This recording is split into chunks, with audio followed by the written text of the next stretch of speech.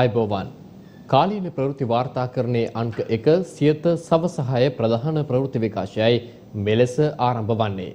මම සඳරුවන් ඉදිරිමාන්න සිරස්තල වෙතයි ප්‍රථමයෙන් අවධානය. ඉන්දියාව සහ බ්‍රිතාන්‍යයට මාරාන්තික බලපෑම් එල්ල කළ කොවිඩ් ප්‍රභේදය ශ්‍රී ලංකාවේ. නව කොවිඩ් ප්‍රභේදයේ පළමු ආසාදිතයා බොරලැස්ගමුවෙන්. කොළඹ සහ කුරුණෑගල ප්‍රදේශවල වෛරසය වේගෙන් පැතිරෙන බවට තොරතුරු. මෙරට පළමු කොවිඩ් රෝගියා වාර්තා වූ දිනේ සිට දිනකදී වාර්තා වූ වැඩිම කොරෝනා රෝගීන් සංඛ්‍යාව ඊයේ දිනෙන් සංඛ්‍යාව 1111ක්. කොවිඩ් රෝගීන් වාර්තා වීමත් සමග දිවයිනේ තවත් ග්‍රාම සේවා නිලධාරී වසම් රැසක් හුදකලා කරයි. ඔක්ස්ෆර්ඩ් ඇස්ට්‍රාසෙනිකා එන්නතේ දෙවන මාත්‍රාව ලබා දීම ආරම්භයි. ඉන්දියාවේ කොවිඩ් මරණ සංඛ්‍යාව 2 ලක්ෂය ඉක්මවයි. කොවිඩ් හමුවේ අසරණ වී සිටින ඉන්දියානුවන්ට ප්‍රබල භූකම්පනයක බලපෑම්. ශ්‍රී ලංකාවට පැමිණි චීන ආරක්ෂක අමාත්‍යවරයා ජනපති සහ අගමැති හමුවෙයි. පෝට් සිටිය කියන්නේ චීන චාවාරම්කරුවන්ටයි චීන රජයටයි පාලනය කළ හැකි ව්‍යාපෘතියක්. ෆීල්ඩ් මාර්ෂල් සරත් ෆොන්සේකා කියයි. රට දිනවන්න නම් ජනතාවගේ සෞඛ්‍ය ආරක්ෂාව තහවුරු කරන්න විපක්ෂ නායක රජයෙන් ඉල්ලයි. දේශීය පුවත් වෙතයි ප්‍රථමයෙන් අවධානය. මෙරට පැතිර යන කොවිඩ් ප්‍රභේදය එංගලන්තයේ පැතිර යන කොවිඩ් ප්‍රභේදය බවට තහවුරු වී ඇති බව ශ්‍රී ජයවර්ධනපුර විශ්වවිද්‍යාලයේ වෛද්‍ය ආචාර්ය චන්දිම ජීවන්දර මහතා පවසනවා.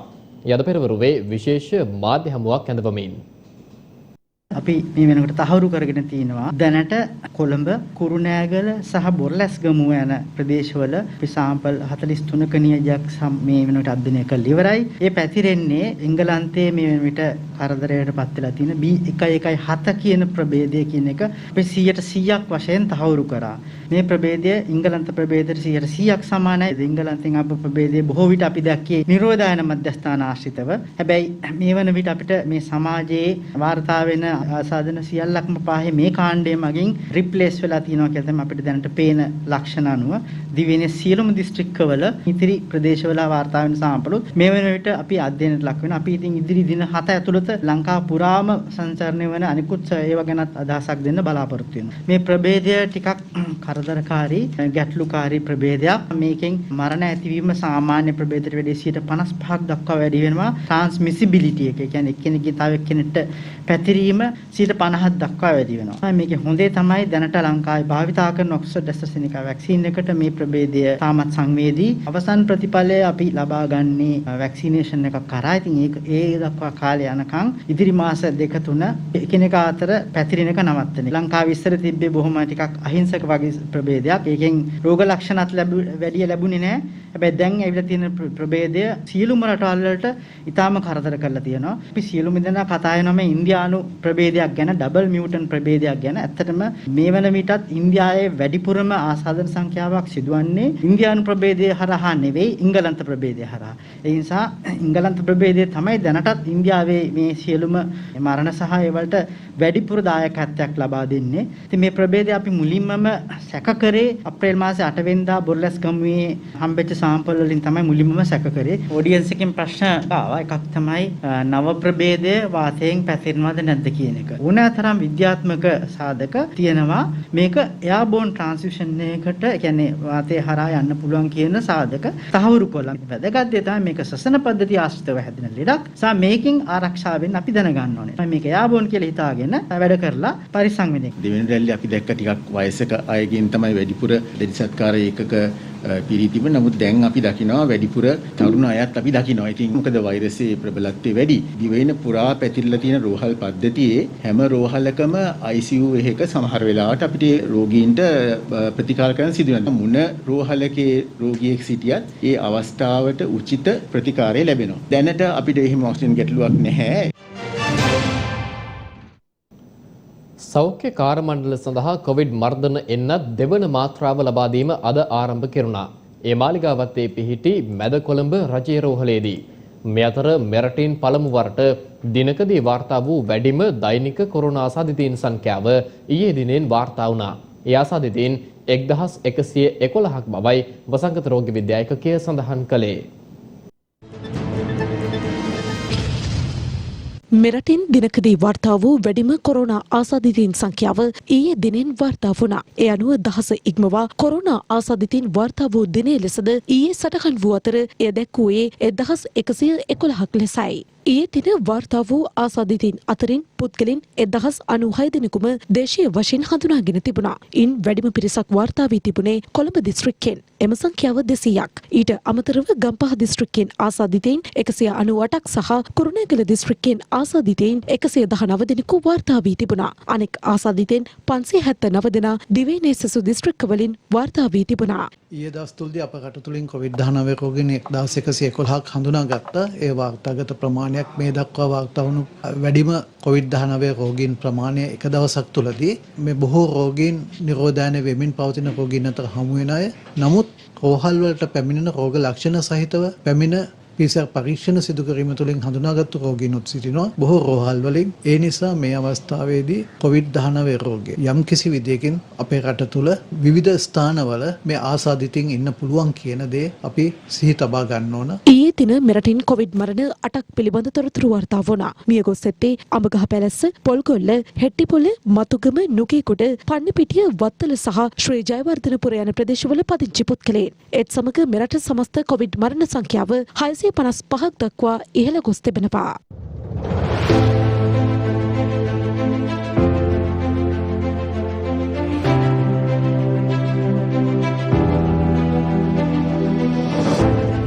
සෞඛ්‍ය කාර්ය මණ්ඩල සඳහා ඇස්ට්‍රාසෙනිකා කොවිෂීල්ඩ් එන්නත් දෙවන මාත්‍රාව ලබා දීම අද දින කොළඹ නගරයේ ප්‍රධාන ස්ථාන දෙකකදී ආරම්භ කෙරුණා. ඒ අනුව දෙවන මාත්‍රාව එන්නත් කරන වැඩසටහන අද ආරම්භ කෙරුණේ මාලිගාවත්තේ පිහිටි මැදකොළඹ රජයේ රෝහලේදී.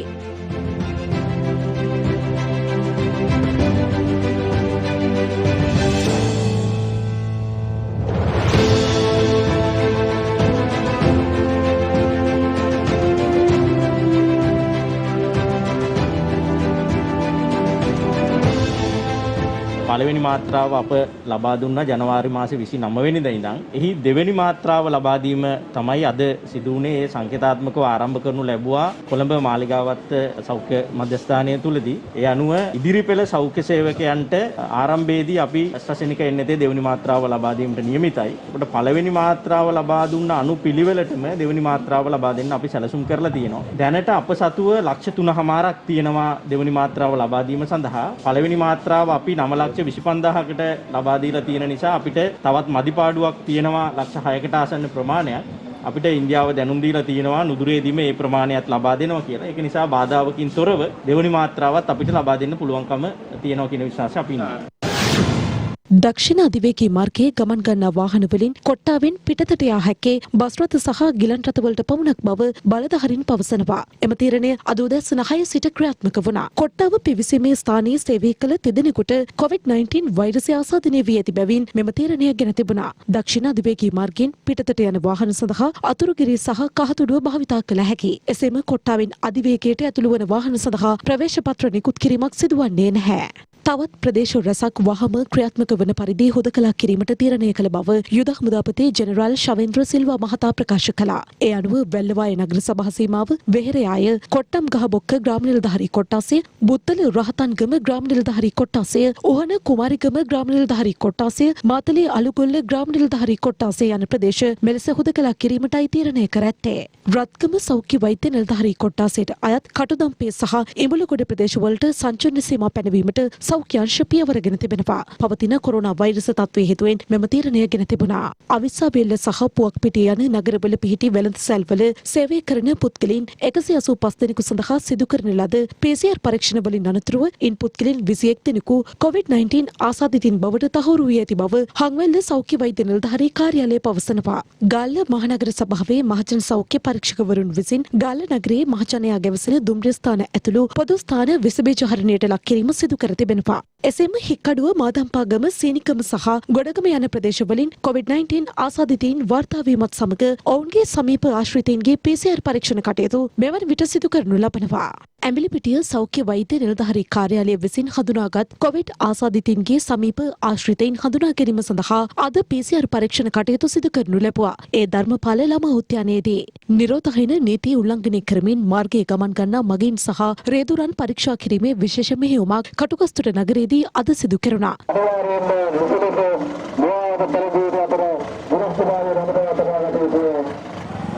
ඕක හරියට දාගන්න ඕනේ. නහයත් එක්ක වැහින්න දාගන්න ඕනේ. සිස්ටම අල්ලන්න තරන්න යන්න එපා. පැහැදිලිද? කටුගස්තුර පොලිසියේ ස්ථානාධිපතිවරයා ඇතුළු නිලධාරීන් මෙම වැඩසටහන සංවිධානය කර තිබුණා. රට තුළ පවතින කොවිඩ් අවධානම හමුවේ මෙවන විට දිවයින පුරා රෝහල්වල දැඩි සත්කාර ඒකකවල විවිධ අර්බුදයන් නැති බවට තොරතුරු වාර්තා වනවා. එසේ වූ තවත් ගැටලුවක් පිළිබඳ මාවනැල්ල මූලික රෝහලින් වාර්තා වී තිබුණා. දැඩි සත්කාර ඒකකයක ඇඳක් නොමැතිව මාවනැල්ල මූලික රෝහලේ වෛද්‍යවරයෙකුගේ සොහොයුරෙකු මියගිය බව කෑගල්ල දිස්ත්‍රික් සෞඛ්‍ය සේවා අධ්‍යක්ෂ වෛද්‍ය කුමාර වික්‍රමසිංහ මහතා ප්‍රකාශ කළා. වෛද්‍ය කුමාර වික්‍රමසිංහ මහතා මේ බව ප්‍රකාශ කළේ කෑගල්ල දිස්ත්‍රික් ලේකම් කාර්යාලයේ පැවති හදිසි කොවිඩ් කමිටු රැස්වීමකට එක්වෙමින්. රෝගේ වැළඳලා පැය 24ක් ඇතුළත මරණයටපත් වුණා. අපිට ICU බෙඩ් එකක් හොයාගන්න බැරි වුණා. ලංකාවේ හැමදාම try කරා. මම පොඩි පණිවිඩයක් තමයි මේ කියන්න ඕන කරන්නේ. පෙර අවස්ථා දෙකට වඩා මේ අවස්ථාවේ වෛරසය ඉතාමත්ම ප්‍රබල බව, මරණීය තත්ත්වයක් ඇති කරන බව අපිට අස්පනා අපිට පේනවා. රටේ පවතින වත්මන් කොරෝනා වසංගත තත්ත්වයක් සමග ජනතාව වැඩි වශයෙන් එක් රැස්වන ස්ථානවලට යාමෙන් වැළකී සිටින ලෙස සෞඛ්‍යංශ ජනතාව දැනුවත් කර ඇති කාලයක් තුළ පෑලියගොඩ මැනින් වෙළඳපොළ තුළ අද විශාල ජනතාවක් සහභාගී කරවා ගනිමින් හැඳුනුම්පත් බෙදා තිබේ වැඩසටහනක් ක්‍රියාවට නංවා තිබුණේ මේ ආකාරයෙන්. පසුගිය වරද දැඩි කොවිඩ් අවධානමකට ලක් වූ මැනින් වෙළඳපොළ තුළ නැවතත් මෙලෙස විශාල ජනසංඛ්‍යාවක් සහභාගී කරවා ගනිමින් නිසි මාර්ගෝපදේශ ක්‍රියාත්මක නොකිරීම කොවිඩ් රෝගය ව්‍යාප්තියට රුකුල් දීමක් නොවේද? වගකිව යුතු බලධාරීනි මේ ඔබේ අවධානය පිණිසයි.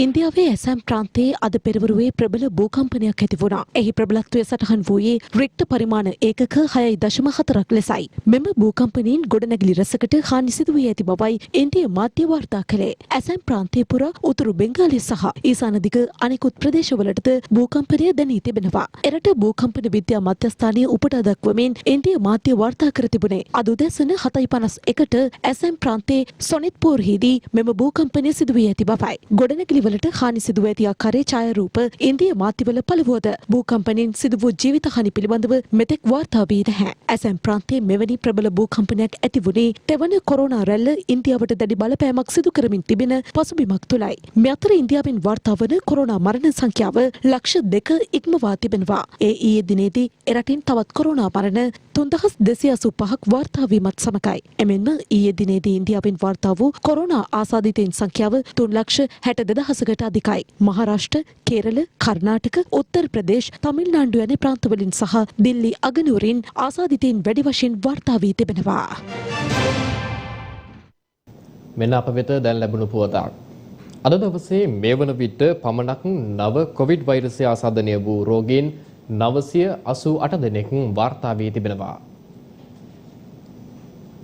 අප රට තුළට ඇතුළු වී ඇති භයානක ප්‍රතිඵල අත්කර දෙන නව කොවිඩ් ප්‍රභේදය තවමත් අපි නොසලකා හරිමින්ද කටයුතු කරන්නේ. දැන්වත් ඇස් අරිමුද? ඒ පිළිබඳවයි white and black තුලින් අවධානය.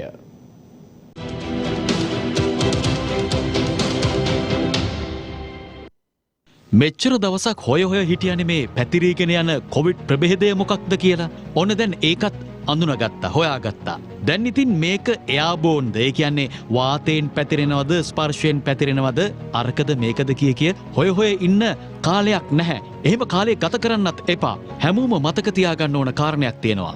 ලෝකේ රටවල් රැසකට මාරාන්තික භයානක ප්‍රතිඵල අත්කර දෙමින් සිටින්නේ මේ අපේ රටේ තියෙන කොවිඩ් ප්‍රභේදය කියලා.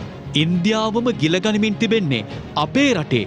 ආගන්න හොඳින් අපේ රටේ තියෙන මේ කොවිඩ් ප්‍රභේදයම තමයි. එංගලන්තය අකර්මණ්‍ය කළේ දහස් ගණනක්, මියදුනේ, රෝගාතුර වුණේ මේ අපේ රටේ දැන් තියෙන ප්‍රභේදයම තමයි. ඒ වගේම තමයි එක් රෝගියෙකුට පුළුවන්කම තියෙනවා පුද්ගලින් 5 දෙනෙකුට හෝ 6 දෙනෙකුට ක්ෂණිකව මේ රෝගය පතුරවන්න. එයයි ඊටාම භයානක. දැන් ඊයේ දවසේදී අපේ රටෙන් පළමු වතාවට කොවිඩ් රෝගීන් 1000 ඉක්මවල වාර්තා වුණා. පැය 24කට පුංචි කාලයක්. උදාහරණයක් විදියට අපි හිතමු මේ රෝගීන් 1000 පුද්ගලින් 5 දෙනා ගානේ රෝගය පතුරවලා තියෙනවා කියලා. එතකොට ඊයේ දින හම්බුණු රෝගීන් සංඛ්‍යාව ඊටාම කෙටි කාලයකින් 5000ක් වෙන්න පුළුවන්. ඒ 5000 තවත් නිරෝගී පුද්ගලින් 5 දෙනා ගානේ මේ රෝගය බෙදා හැරියොත් 25000කට ක්ෂණිකව රෝගය බෝ වෙනවා. නිරෝගී පුද්ගලින් 5 දෙනා බැගින් රෝගය බෝ කළොත් 1,25,000ක් රෝගීන් බවට පත් වෙනවා අපේ රටේ. මේ රෝගීන් 1,25,000 5 දෙනා ගානේ දල වශයෙන් රෝගය බෝ කළොත් 6,25,000ක්. ඒ 6,25,000 5 දෙනා ගානේ කියලා අපි හිතුවොත් රෝගය බෝ කරන්නේ ඊටාම ශනිකව පැය කිහිපයක් දින කිහිපයක් වෙන්න පුළුවන්. පුද්ගලයන් 31,25,000ක් පමණ. ඒ කියන්නේ මිලියන 3 ඉක්මවලා යනවා. මේ සංඛ්‍යාව විද්‍යාත්මක පදනමකින් ගත්තාම මීට වඩා වැඩි වෙන්නට පුළුවන්. සමහර විට අඩු වෙන්නට පුළුවන්. මීට වඩා හෝ මේ සංඛ්‍යාවෙන් හෝ රෝගීන් වාර්තා වීම තියෙන්නේ ඔබ මගෙත් අතේ. තේරෙනවද දැන් අපි ඉන්දියාවට අතවනමින් ඉන්නේ කියලා? තවමත් නිදාගෙන අලසව ප්‍රමාද වී තීන්දුව తీරන ගත්තොත් ඉන්දියාව අපිට බැටන් එක දෙනවම තමයි. ඔබ මම අපි හැමෝම සෞඛ්‍ය ආරක්ෂිත ක්‍රියාමාර්ග අනුගමනය කරමු. මාර්ග උපදේශ අකුරටම ක්‍රියාත්මක කරමු. රජය සෞඛ්‍යංශ බලාගෙන ඉන්න එපා ජනතාව විතරක් මේවා කරනකම්. කඩිනමින් ඉක්මනින් දැඩි තීන්දුව తీරන ගන්න අපි රට ආරක්ෂා කරගනිමු.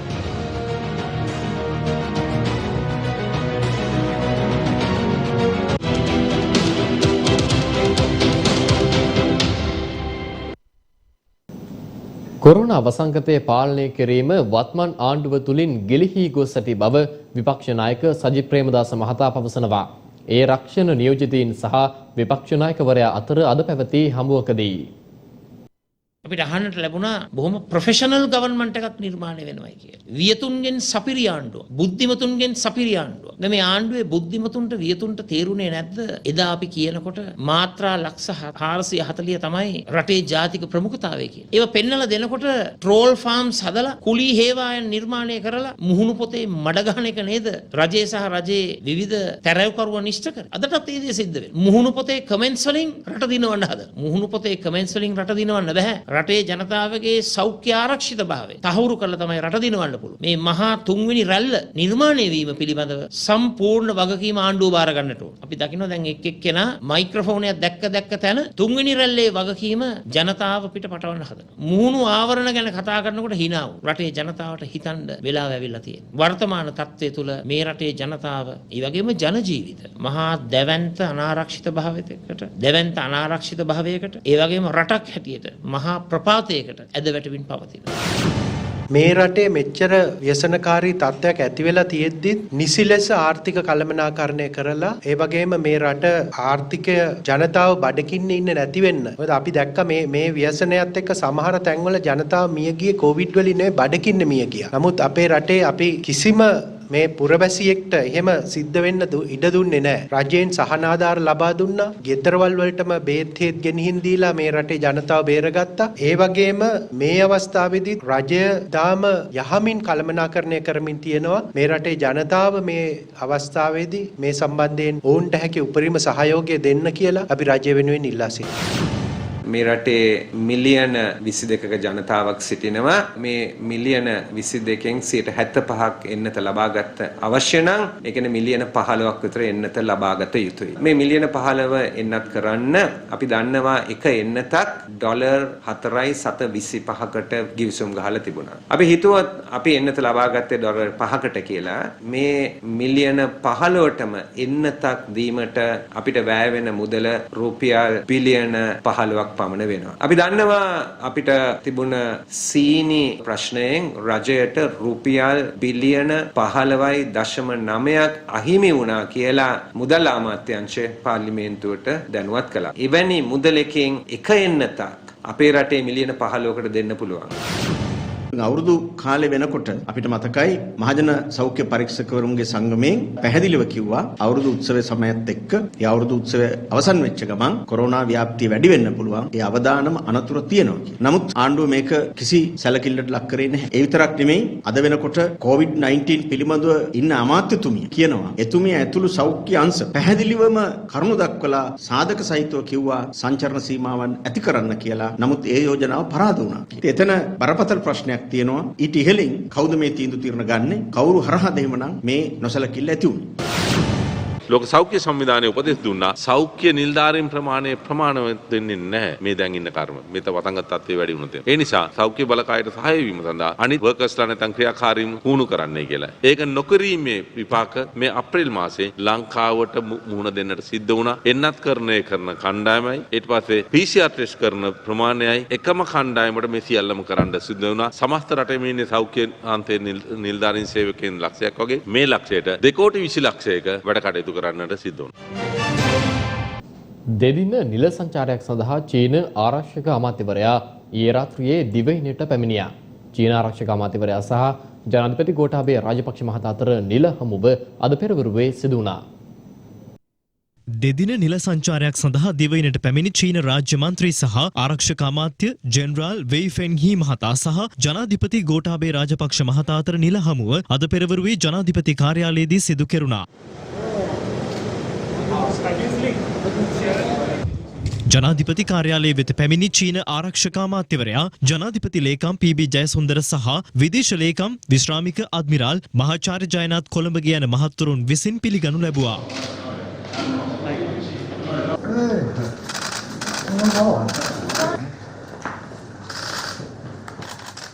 මෙහිදී චීන ආරක්ෂක අමාත්‍යවරයා පවසා ඇත්තේ ද්විපාර්ශ්වික සාකච්ඡා බෙහෙවින් ඵලදායී වනු ඇති බවයි. එමෙන්ම දෙරට අතර පවතින සබඳතා මෙම සංචාරයෙන් තවදුරටත් ශක්තිමත් වනු ඇති බවද අමාත්‍යවරයා වැඩිදුරටත් සඳහන් කර තිබෙනවා. ශ්‍රී ලංකාවේ චීන තානාපති ෂී සෙන්හොන් චීන මහජන හමුදාවේ ඒකාබද්ධ මාණ්ඩලික දෙපාර්තමේන්තුවේ නියෝජ්‍ය ප්‍රධානී සහ ජාත්‍යන්තර කටයුතු පිළිබඳ අධ්‍යක්ෂ general lieutenant general Shao Yanmin major general Ci Guowei සහ ජනාධිපති ලේකම් පී.බී. ජයසුන්දර යන මහත්වරුන් මෙම ද්විපාර්ශ්වික සාකච්ඡාවට එක්ව සිටියා. මේ අතර චීන ආරක්ෂක අමාත්‍ය ජෙනරාල් වෙයි ෆෙන්හී මහතා මෙම හමුව සනිටුහන් කරමින් විශේෂ ආරාධිතයින් සඳහා වූ සමරු පොතෙහිද අත්සන් තබනු ලැබුවා. මේ අතර චීනයේ ජාතික ආරක්ෂක අමාත්‍ය ජෙනරාල් වෙයි ෆෙන් මහතා අග්‍රාමාත්‍ය මහින්ද රාජපක්ෂ මහතාද හමු වී ද්විපාර්ශ්වික සාකච්ඡා සඳහා එක් වුණා. වසංගත තත්ත්වය හමුවේ වුවද චීනයේ ඉහළ පෙළේ දූත පිරිස් අවස්ථා ගණනකදී ශ්‍රී ලංකාවට පැමිණීම තුළින් දෙරටෙහි ශක්තිමත් සහ මිත්‍රශීලී ද්විපාර්ශ්වික සම්බන්ධතා තවදුරටත් ශක්තිමත් කර ගැනීමට අවස්ථාවක් ලැබෙනු ඇතැයි අග්‍රාමාත්‍යවරයා මෙහිදී සඳහන් කළා. මේ වන විට ශ්‍රී ලංකාවේ ප්‍රමුඛතාවය වී ඇත්තේ ලොව පුරා ආයෝජකයන් ශ්‍රී ලංකාව කෙරෙහි ආකර්ෂණය කර ගැනීම වන බැවින් ආයෝජකයන්ගේ විශ්වාසය ශ්‍රී ලංකාව කෙරෙහි ගොඩනැගීම සඳහා චීනීය සහයෝගය අපේක්ෂා කරන බවද අග්‍රාමාත්‍ය මහින්ද රාජපක්ෂ මහතා මෙම සාකච්ඡාවේදී අදහස් පළ කළා. ඊයේ රාත්‍රියේ චීන ගුවන් හමුදාවට අයත් විශේෂ ගුවන් යානයකින් චීන ආරක්ෂක අමාත්‍යවරයා දිවයිනට ළඟා වුණා.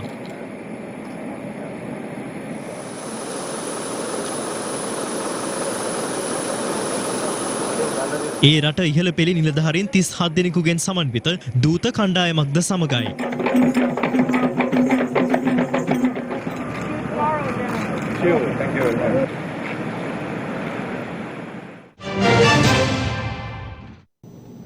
කොළඹ වරාය නගරය යනු චීන ජාවාරම්කරුවන්ගේ සහ චීන රජයේ පාලනය යටතේ ක්‍රියාත්මක වන ව්‍යාපෘතියක් බව පාර්ලිමේන්තු මන්ත්‍රී ෆීල්ඩ් මාර්ෂල් සරත් ෆොන්සේකා මහතා පවසනවා. ඒ අද කොළඹදී පැවති මාධ්‍ය හමුවකදී මේ පෝට් සිටිය ගැන අපේ මුළු ජාතියක් හැටියට රටක් හැටියට අපි හුඟක් බලාපොරොත්තු තියාගෙන ඉන්න දෙයක්. අපේ රටට අලුතෙන් රටට විශාල ආදායමක් ගන්න පුළුවන් මාර්ගයක් මෙතන පැහැදිලා තියෙනවා.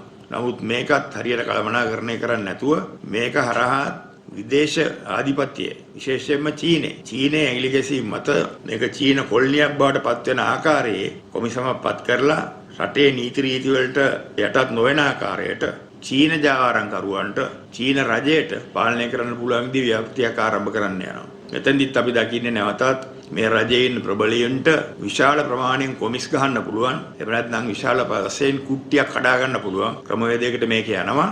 අද උපදින දරුවාගේ මුණුබුරාගේ මුණුබුරාට තමයි අන්තිමට මේ භූමිය අයිතිය ගැන කතා කරන්න ඉඩ කඩක් සැලසෙන්නේ. එතකොට මේක ඊටම අහිතකරයි. මේ වෙනුවෙන් අපි අනිවාර්යයෙන්ම සටන් කරනවා පාර්ලිමේන්තුවෙන් පිටත් මේ තත්ත්වයට පත් කිරීමට අපේ රට අපට අපේ ජාතික සම්පත් මේ තත්ත්වයට පත් කිරීමට ඉඩ නොදීමට අපි අනිවාර්යෙන් වග බලා ගන්නවා. පසුගියදා යාපනයේ වන්නාර්පණේ නාච්චිමාර් කෝවෙලෙහි නිසි සෞඛ්‍ය ආරක්ෂිත උපදෙස් අනුගමනය නොකරමින් සිදු කළ ආගමික උත්සවය සම්බන්ධයෙන් පුද්ගලයන් දෙදෙනෙකු අත්අඩංගුවට ගෙන තිබෙනවා. පසුගියදා යාපනයේ වර්ණාන්පන්නේ නාච්චිමාර් කෝවිලෙහි සෞඛ්‍ය ආරක්ෂිත ක්‍රම අනුගමනය නොකරමින් පැවැත් වූ ආගමික උත්සවය පිළිබඳව ඊයේ සියත ප්‍රධාන ප්‍රවෘත්ති විකාශය ඔස්සේ අප අනාවරණය කළා.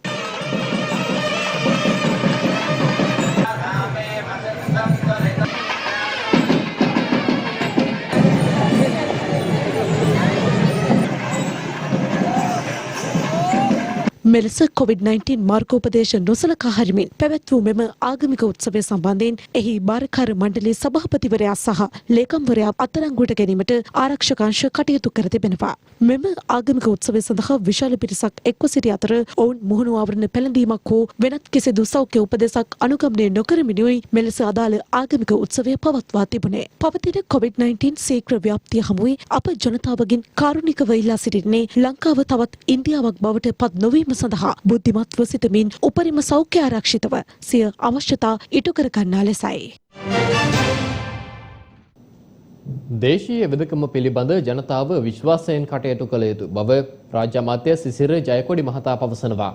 එය අද කොළඹ පැවති මාධ්‍ය හමුවකදී COVID-19 වසංගත රෝග තත්ත්වයෙන් ආරක්ෂා වීම සඳහා භාවිත දේශීය වෛද්‍ය ප්‍රතිකාර විධි සහ ආයුර්වේද දෙපාර්තමේන්තුව මගින් අනුමත ප්‍රතිශක්ති වර්ධක හා ප්‍රතිකාර හඳුන්වා දීමේ මාධ්‍ය හමුවක් අද පෙරවරුවේ රාජ්‍ය අමාත්‍ය සිසිර ජයකොඩි මහතාගේ ප්‍රධානත්වයෙන් කොළඹදී පැවැත්වුණා. ආයුර්වේද සහ පාරම්පරික ඖෂධ වර්ග අපේ ජීවන රටාවන් වල යහපැවතුම් වල විශේෂතා හේතු කොටගෙන අපි හිතනවා අන් රටවලට සාපේක්ෂව අපේ රටේ ආරක්ෂිතකම සුරක්ෂිතකම වැඩි කියලා. අපි ඊටාම ඕනකමින් ඉල්ලනවා දේශීය වෛද්‍යකම් ක්‍රමයේ පිළිබඳව විශ්වාසය තබන්න කියලා මේ රටේ ජනතාවගෙන්. විවිධ ඖෂධ වර්ග ලබා දෙමින් කොරෝනා ආසාදිත තත්ත්වය සහ නිරෝධායන පවුල් සුවපත් කිරීම සඳහා විශාල මෙහෙයුමක් අපේ අමාත්‍යාංශයේ විදියට මැදිහත් වෙලා සිද්ධ කරනවා කියන මතක් කිරීම අපි කරනවා. ආදරෙන් ඉල්ලනවා අපි අද අපේ දේශීය වෙදකම් ප්‍රවර්ධන අමාත්‍යාංශයේ දේශීයත්වයේ පිළිබඳව සුවිශේෂ වූ කේන්ද්‍රීය කාල පරිච්ඡේදයක අපි ඉන්නේ. ඒ වගේම දේශීය වෙදකම් පැත්තෙනුත් අලුත් පුනර්ජීවනයක් ලැබලා තියෙන කාල පරිච්ඡේදයක අපි ඉන්නේ. විදේශ භාණ්ඩ ගෙනෙන සීමා කරලා තියෙනවා, විදේශ වලින් එන ආහාර වර්ග සීමා කරලා තියෙනවා. ඒවා එකපාරටම නවත්තන්න පුළුවන් කමක් නැහැ රටකට. හැබැයි යම් සීමා කිරීම හරහා දේශීය ඒවා නිෂ්පාදනය කිරීම සඳහා කටයුතු කරනවා. මහ ජනතාවට අවබෝධයක් නැහැ. දැන් අපි කොළ කැඳක් බොන්න කිව්වහම සමහර වෙලාවට එකම කොළ වර්ගයේ කාලයක් බොනවා. ආයුර්වේද දේශීය වෛද්‍ය විද්‍යාවේ කිසිසේත්ම නැහැ එකම රසයක් දිගටම ගැනීම. අපි මේ රෝග නිවාරණයට දෙන ඖෂධ වලින් අපි හැම වෙලේම බලන්නේ ශරීරයේ බැලන්ස් එක පවත්වාගෙන මේ රෝගය නිවාරණය කරන්න කටයුතු කරන එක. එළඹෙන මේ මාස දෙවනදා යලිත් පාසල් ආරම්භ කිරීම පිළිබඳව නිශ්චිත තීරණයක් ගන්නා බව අමාත්‍ය මහාචාර්ය ජී.එල්. පීරිස් මහතා පවසනවා. අද කොළඹ පැවති මාධ්‍ය හමුවකට එක්වමින් අමාත්‍යවරයා වැඩිදුරටත් ප්‍රකාශ කර සිටියේ පසුගිය නොවැම්බර් මාස පවත්වනු ලැබූ අධ්‍යයන පොදු සහතික පත්‍ර උසස් පෙළ විභාගයේ ප්‍රතිඵල ඉදිරි දින 7 ඇතුළත ලබා දීමට පියවර ගන්නා බවයි. අපි දිගටම සම්බන්ධ වෙලා තිබෙනවා අපේ පළාත් අධ්‍යාපන අධ්‍යක්ෂකවරුන් සමග. එතකොට දිවයිනේ ඒ ප්‍රදේශවල තත්ත්වය පිළිබඳ අපි ඒ අධ්‍යක්ෂකවරුන්ගේ මත ලබා ගන්නවා. සෞඛ්‍ය අධ්‍යක්ෂක ජනරාල්තුමාගේ උපදෙස් ලබාගෙන අපි මේ දෙවනිදා ස්ථිර තීරණයක් ගන්නවා. මේ තුන්වනදා ආරම්භ වන සතියේ පාසල් පැවැත්වීම සම්බන්ධයෙන්. අධ්‍යාපන පොදු සහතික උසස් පෙළ විභාගයේ පවත්වලා අවසන් වුණේ ගිය අවුරුද්දේ නොවැම්බර් මාසයේ පළවෙනි සතියේ. ශිෂ්‍ය ශිෂ්‍යාවන් 3,62,000 උසස් පෙළ විභාගයේ වෙනුවෙන් පෙනී සිටියා. අපිට දැන් පුළුවන් වෙලා තියෙනවා අද සිට දින 7ක් ඇතුළත ඒ විභාගයේ ප්‍රතිඵල නිකුත් කිරීම. විභාග දෙපාර්තමේන්තුවේ කොමසාරිස් ජනරාල්තුමා ඒ දෙපාර්තමේන්තුවේ සියලුම නිලධාරීන් හා උත්තර පත්‍ර පරීක්ෂකයන් මේ සියලු දෙනාම එක්කාසු වෙලා පුදුම විදිය කැපවීමකින් වැඩ කළ නිසා තමයි අපිට පුළුවන් වන්නේ සතියක් ඇතුළත අද සිට සතියක් ඇතුළත මේ ප්‍රතිඵල නිකුත් කිරීමට. දැන් අධිකරණ පුවත් කිහිපයක් කැටියෙන්.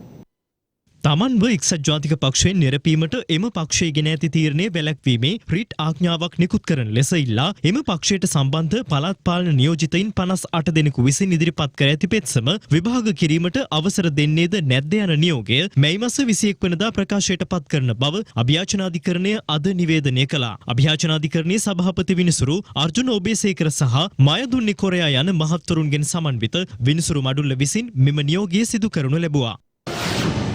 පසුගිය ජනාධිපතිවරණ සමයේ මාධ්‍ය සාකච්ඡාවක් පවත්වා සුදුවෑන් වලින් පුද්ගලයන් පැහැරගෙන යාම ඇතුළු විවිධ සිද්ධීන් පිළිබඳව අසත්‍ය තොරතුරු ප්‍රකාශ කොට එවක ජනාධිපති අපේක්ෂක ගෝඨාභය රාජපක්ෂ මහතාගේ ජනාධිපතිවරණ කටයුතු වලට අගතියක් සිදු කළේ යැයි චෝදනා කරමින් හිටපු අමාත්‍ය රාජිත සේනාරත්න සහ රාජ්‍ය ඖෂධ නීතිගත සංස්ථාවේ හිටපු සභාපති රෝමි මොහොමඩ් යන අයට එරෙහිව ගොනු කර තිබෙන නඩුව ජූනි මාස 7 වෙනිදා කැඳවන ලෙස කොළඹ මහාධිකරණය අද නියම කළා. මෙම නඩුව අද කොළඹ මහාධිකරණ විනිසුරු දමිත් තොටවත්ත මහතා ඉදිරියේ කැඳවනු ලැබුවා. එහිදී නියෝජ්‍ය සොලිසිටර් ජෙනරාල් දිලීප පීරිස් මහතා අධිකරණයට දන්වා සිටියේ මෙම නඩුවේ සාක්ෂි වශයෙන් ඉදිරිපත් කර තිබෙන වීඩියෝ දර්ශන උත්පාදනය කළ පරිගණක පද්ධති පරීක්ෂා කිරීම සඳහා විත්ති පාර්ශවයට අවස්ථාවක් ලබා දී තිබුණද ඒවා පරීක්ෂා කිරීමට විත්තිය විසින් නීතිඥවරයෙකු යොමු කර නොතිබූ බවයි. ඒ අනුව අදාළ පරිගණක පද්ධති පරීක්ෂා කිරීම සඳහා මැයි මාස 14 වෙනිදා නීතිඥවරයෙකු සහභාගී කරවන ලෙස විනිසුරුවරයා විසින් විත්ති පාර්ශවයට නියම කළා. ගාල්ල වරායාසන්න මුහුදේ පාවෙන අවිගබඩාවක් පවත්වාගෙන යාමේ සිද්ධිය සම්බන්ධයෙන් චෝදනා එල්ල වී සිටින ඇවන්ගාඩ් සමාගමේ සභාපති නිශංක යාපා සේනාධිපති ඇතුළු විත්තිකරුවන් 8 දෙනෙකුට එරෙහිව ගොනු කර ඇති නඩුවේ තීන්දුව මැයි මාස 21 වෙනිදා ප්‍රකාශයට පත් කරන බව කොළඹ ත්‍රිපුද්ගල මහාධිකරණ විනිසුරු මඩුල්ල අද නියම කළා. සිංහරාජ රක්ෂිත වනාන්තර කලාපය තුළ සිදුවන නීති විරෝධී ක්‍රියාවන්ට එරෙහිව වහම නීතිය ක්‍රියාත්මක කරන ලෙස වගඋත්තරකරුවන්ට නියෝගයක් නිකුත් කරන ලෙස ඉල්ලා අභියාචනාධිකරණයට රිට් පෙත්සමක් ඉදිරිපත් වුණා. පරිසර යුක්ති කේන්ද්‍රය සහ එහි විධායක අධ්‍යක්ෂ හේමන්ත විතානගේ මහතා විසින් පෙත්සම ඉදිරිපත් කළා. එහි වගඋත්තරකරුවන් ලෙස වනජීවී අමාත්‍යවරයා, එහි අමාත්‍යාංශ ලේකම්වරයා, වනජීවී සංරක්ෂණ අධ්‍යක්ෂ ජෙනරාල්, පරිසර අමාත්‍යාංශ ලේකම්වරයා සහ නීතිපතිවරයා නම් කර තිබෙනවා. රට තුළ යළිත් නීති විරෝධී මත්පැන් නිෂ්පාදනය සහ කෘත්‍රිම රා නිෂ්පාදනය ඇතුළු සුරාපදු නීති උල්ලංඝනය කිරීමේ සිදුවීම් වැඩි වශයෙන් දැන් වාර්තා වෙමින් පවතිනවා. මේ ඒ පිළිබඳව තොරතුරු. අපි මීට මාස කිහිපයකට පෙර දිගින් දිගටම තොරතුරු වාර්තා කළා රට තුළ ඉතා රහසිගත ලෙස ව්‍යාප්ත වූ නීති විරෝධී මත්පැන් සහ කෘත්‍රිම රා නිෂ්පාදනය පිළිබඳව. පුද්ගලින් කිහිප දෙනෙකුටම පසුගිය කාලය තුළ නීති විරෝධී මත්පැන් හේතුවෙන් දිවි අහිමි වූ පුවත්ද අප විටින් විට වාර්තා කළා. කෙසේ වෙතත් රටේ විවිධ තොරතුරු පිළිබඳව අවධානය යොමු වෙද්දී නීති විරෝධී මත්පැන් නිෂ්පාදනය, මත්ද්‍රව්‍ය ජාවාරම සහ නීති විරෝධී කෘත්‍රිම රා නිෂ්පාදනය ඇතුළු කටයුතු හොර රහසේ ජාවාරම්කරුවන් සිදු කරගෙන යන බවට මේ වන විට යළි තොරතුරු ලැබමින් පවතිනවා. ඊට ආසන්නතම සිදුවීමක් අපට වාර්තා වන්නේ කොච්චිකඩේ පාසල් මාවත ඕවිටියාවත්ත ප්‍රදේශයෙන්.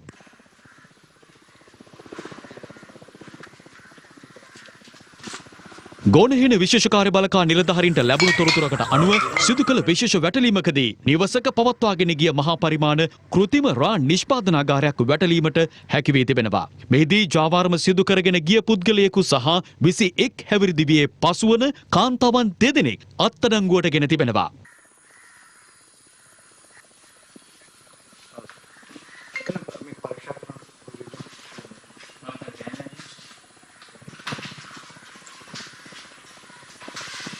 වැටලීමේදී ශරීරයට විෂ සහිත ඇමෝනියා ඇතුළු කෘත්‍රිම රා නිෂ්පාදනයට යොදා ගන්නා අමුද්‍රව්‍ය රැසක්ද සිය බහරයට ගැනීමට ආරක්ෂක අංශ සමත් වුණා. පසුගිය මාස 31 වෙනිදායින් අදාළ ස්ථානය සඳහා ලබා දී තිබූ බලපත්‍රය අහෝසි වුවත් සැකකරුවන් එම බලපත්‍ර නීතිද උල්ලංඝනය කරමින් එම ස්ථානයේ කාලයක පටන් කෘත්‍රිම රා නිෂ්පාදනය කොට ඇති බවටයි වැටලීම සිදු කළ විශේෂ කාර්ය බළකා නිලධාරීන්ට දැන ගැනීමට හැකි වුණේ. මෙම ස්ථානයට කිලෝමීටර් කිහිපයක් ආසන්නයේ පොලිස් ස්ථානයක්ද පිහිටා තිබෙන බව අප වාර්තාකරුවන් පැවසුවා.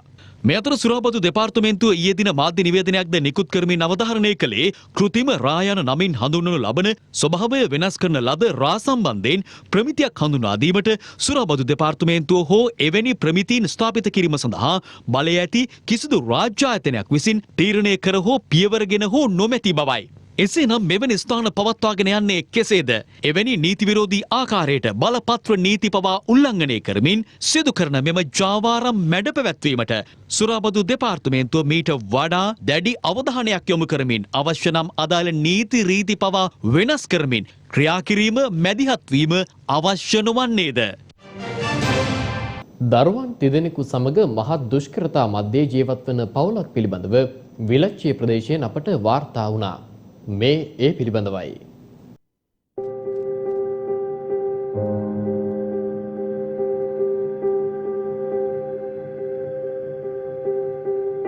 මේ කතාව අපට වාර්තා වුණේ 13 කනුව බණ්ඩාරගම විලච්චිය ප්‍රදේශයෙන්. ශ්‍රයානි උපමාලිකා සහ SMJ සෙනරත් බණ්ඩාර පිරිමි දරුවන් තිදෙනෙකුගේ ආදරණීය දෙමව්පියන්. ඒ දරුවන් තිදෙනාගෙන් දෙදෙනෙකු මේ වන විටත් ශ්‍රවණ සහ කතන ආබාධ වලින් පෙළෙනවා. පවුලේ වැඩිමහල් දරුවාට වයස අවුරුදු 7ක්. දෙවෙනි දරුවාගේ වයස තවමත් අවුරුදු 2යි. කුරුණෑගල ශික්ෂණ රෝහලින් මාසිකව ප්‍රතිකාර ලබන මේ දරුවන් දෙදෙනා හැරුණු විට වයස මාස 9ක් වන පුංචි සිඟිත්තෙක්ද මේ පවුලේ සිටිනවා. මේ දරුවන් තිදෙනාගේ පියා වසර ගණනාවක සිට අනුරාධපුර ශික්ෂණ රෝහලේ සායන කිහිපයකින් ප්‍රතිකාර ලබනවා. ස්නායු ආබාධයකින් ඔහු පීඩා විඳින බවයි අපට තොරතුරු වාර්තා වුණේ. ලොකු පුතාට කතා කරන්න බෑ, පොඩි බබාට කතා කරන්න බෑ, තුන්වෙනියට තාම කියන්න බෑ කියන ડોක්ටර්ලා එහෙම මාස 9ක් ඉන්න.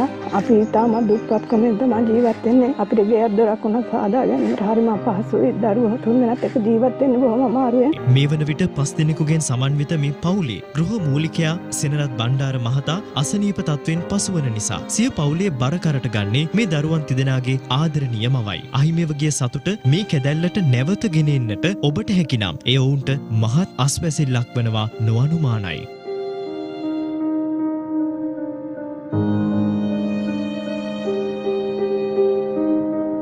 දාන්නනවා ළමයි බඩගිනි කියලා ඒත් ඒව දී ගන්න විදියක් නැහැ. බොහොම අමාරුවෙන් තමයි දී ගන්නේ. කන්න වේදා වේලවා. ලොකු පුතාට උගන්වව ගන්න ඕන. අපි වැටිලා ඉන්න තත්ත්වෙන් ළමයවත් ගොඩ ගන්න ඉස්කෝලේ දා ගන්න ඕන. ළමයා තාම දා ගන්න බැරි උනේ. ඉස්කෝලේ පොත්පත් ටික අරගෙන ඇඳුම් පැළඳුම් අරගෙන අන්නාදිපුරේට එක්කයි යන්න විදියක් නැහැ.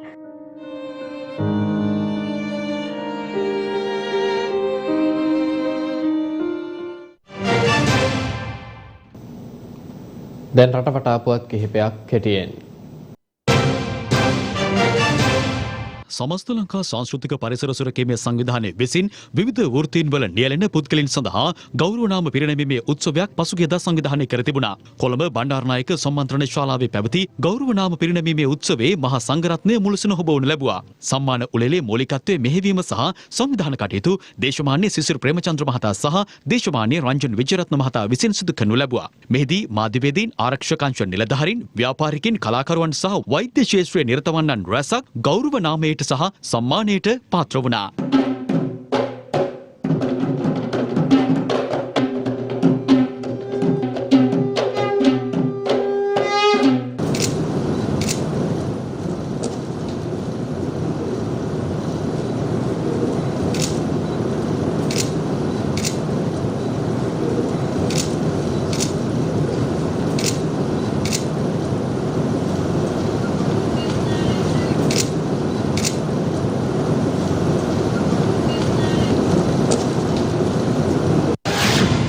පොළොන්නරුව වැලිකන්ද කුරුළුබැද්ද ප්‍රදේශයේ මද්දකට හසුවී සිටි වන අලි පැටවෙකුට ප්‍රතිකාර කිරීමට මහවැලි කලාපයේ බහර වනජීවී පශු වෛද්‍යවරයා ඇතුළු ගිරිතලේ පශු වෛද්‍ය ඒකකයේ වනජීවී නිලධාරීන් කටයුතු කර තිබෙනවා.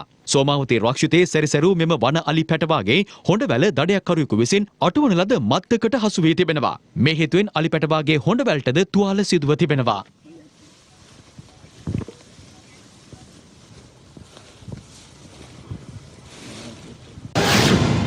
මිනිස් සිරුරේ දියවැඩියාව පාලනය කිරීම සඳහා කටු අනෝදා යොදාගෙන නව ඖෂධීය පානයක් නිෂ්පාදනය කිරීම සඳහා සබරගම විශ්වවිද්‍යාලයේ වෝහාරික විද්‍යාපීඨයේ පරීක්ෂණ කණ්ඩායමක් සමත්ව තිබෙනවා. 2019 වර්ෂයේ සිට අඛණ්ඩව සිදු කළ පරීක්ෂණයක ප්‍රතිඵලයක් ලෙස මෙම පානය නිර්මාණය කිරීමට හැකි වී තිබෙනවා. මෙම ඖෂධීය පානය මගින් සිරුරේ සීනි ප්‍රතිශතය පාලනය කරන බවයි සබරගම විශ්වවිද්‍යාලයේ පරීක්ෂකින් පෙන්වා දෙන්නේ. ඒත් සමගින් සියත සවස 6 ප්‍රධාන ප්‍රවෘත්ති විකාශය අවසන්. මෙම පුවත් ඇතුළු තවත් දෙස් විදෙස් ආර්ථික සහ ක්‍රීඩා තොරතුරු සඳහා පිවිසෙන්න www.siyathanews.lk අපගේ වෙබ් අඩවිය වෙත. යලිත් හමුවෙමු රාත්‍රී 9:35ට අපගේ රාත්‍රී ප්‍රවෘත්ති විකාශයත් සමගින්. ඔබට සුබ සන්ධ්‍යාවක්. දිනපතා අලුත් වීඩියෝ සහ ප්‍රවෘත්ති නැරඹීමට ඉහත බටන් එක ක්ලික් කර සියත TV සබස්ක්‍රයිබ් කරන්න.